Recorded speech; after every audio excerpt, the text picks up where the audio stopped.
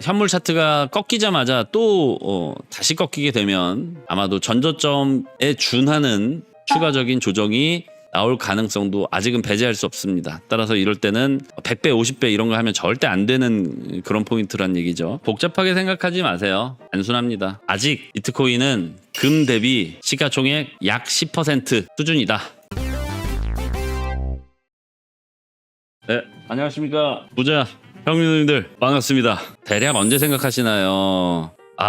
저는 트럼프 형님 임기 전에 조금 더 이 지금 쐐기형 패턴으로 보이거든요. 그래서 이 쐐기가 아래쪽으로 조금만 더, 그러니까 제가 보고 있는 라인이 여기거든요. 여기 아직 여기 못 미쳤어, 그죠? 직전에도 전전에도. 그래서 이 피벗 포인트에 닿았을 때 트럼프 형님 취임식을 한다면 오버슈팅 나오겠죠. 당연히 하락세기 이후에 오버슈팅. 그리고 아마 첫 번째 저항선에서는 지금 보이시는 이 하얀 라인, 여기서는 저항이 좀 있을 겁니다. 다만 광기는 우리가 예측할 수 없기에 트럼프 취임식 이후에 뭔가 다시 한번 재도약할 수 있는 어떤 그 발판이 마련되지 않을까 이렇게 생각을 하고 있습니다만은, 요거는 그냥 제가 생각하는 시나리오니까 이대로 안 갈 수도 있어요. 이대로 갔으면 좋겠다라는 거고, 저는 웬만하면 아무리 단기 투자라고 하더라도 방향성을 좀 우리 현물 투자와 맞추고 싶은 마음인데, 왜냐면 이걸 방향성을 맞춰놓고 가지 않으면 잠을 못 자요. 저는 다시 한번 말씀드립니다만은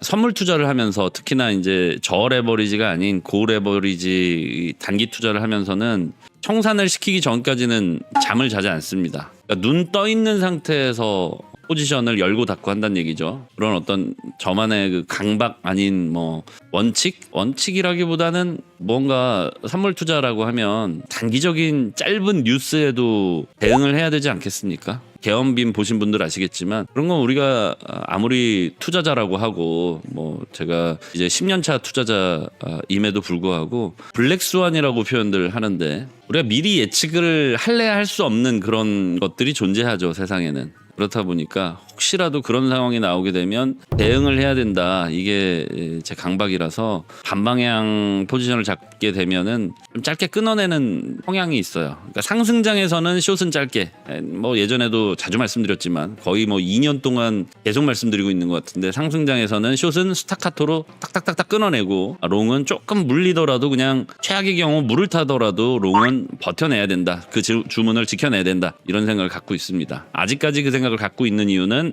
우리가 아직 현물 매도 포인트다라고 정의하지 않았기 때문이죠. 업비트 금융당국에서 영업 정지라고 해서 사람들 이야기가 많던데요. 금융당국에서 정지를 한다면 정지 기간 동안 빗썸이나 코인원이 피해를 좀 보겠죠. 영업 취소나 뭐 이런 단계가 아닌 이상 행정처분은 그냥 뭐 기다리면 되는 겁니다. 예를 들어서 예전에 우리 나라의 기업들도 영업 정지를 받았던 기업들이 있죠. 여러분들이 다 알만한 뭐 대기업들, 그 동안에는 뭐 이용할 수 없겠죠. 우리가 특정 거래소라고 하면은 뭐 예를 들어서 백화점이라고 생각해 보면, A 백화점이 영업 정지를 당한다라고 하면 그 A 백화점 내에 입점해 있는 뭐 많은 브랜드들이 아쉬워할 겁니다. 하지만 내가 백화점에 꼭 가서 무언가를 사야겠다라고 하면 B 백화점으로 가겠죠. 업비트를 이용하시는 분들께서는 빗썸 계정 또는 코인원 계정도 반드시 갖고 계셔라. 이건 뭐 예수금 포트폴리오 개념에서의 말씀이기도 합니다만은, 우리나라가 좀 특징적으로 겪고 있는 상황 중에 하나가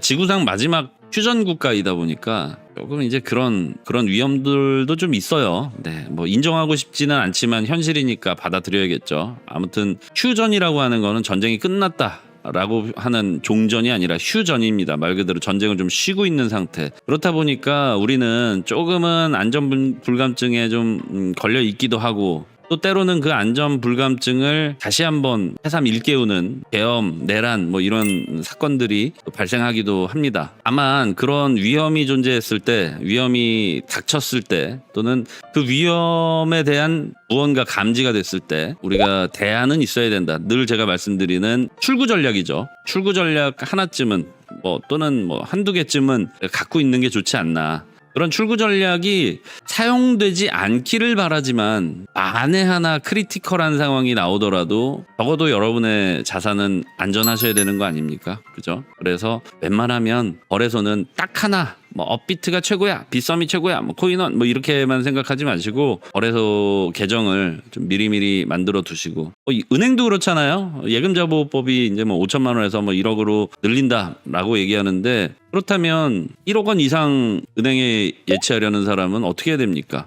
마찬가지로 그런 사람들은 은행을 주거래은행 하나만 사용하는 게 아니라 여러 개를 사용하죠. 그러니까 여러분들도 거래소 계정을 좀 많이 만들어 두시기 바라겠습니다. 업비트를 안 쓰세요? 그럼 업비트 계정만 만들어 두세요. 그리고 우리 말씀해 주신 대로 벌금으로 끝날 가능성이 굉장히 높죠. 왜냐하면 사용자들의 반발까지 좀 고려를 해야 되니까 아시다시피 예전에 우리 전자 회사들도 영업 정지를 받았을 때 생산 시설만큼은 그러니까 생산을 해놓고 유통하는 과정만큼은 조금 풀어줬던 전례가 있기 때문에 이게 뭐 크리티컬하다라고 볼 수는 없지만 우리가 할 수 있는 건 최선의 대응이다. 항상 출구 전략을 만들어두자. 뭐 요 정도. 현물 ETF 장세가 막 그렇게 좋지 않아요. 다만 의미 있는 수치는 아닙니다. 지금 0.2% 3%대에서 플러스마이너스 계속 왔다 갔다 하고 있어요. 그도 그럴 것이 여기에서 보시는 화면 현물 ETF IBIT 일봉이고요. 일봉상으로 이렇게 단기 하락 추세선 거기에 이제 맞닿아 있다 보니까 여기서 좀 헷갈려 하는 것 같아. 그죠? 근데 현물 개념으로 말씀드리면은 현물 차트는 지금 위쪽을 보고 있어요. 반등이 조금 더 나올 수도 있지만 현물 차트가 꺾이자마자 또 다시 꺾이게 되면 아마도 전저점에 준하는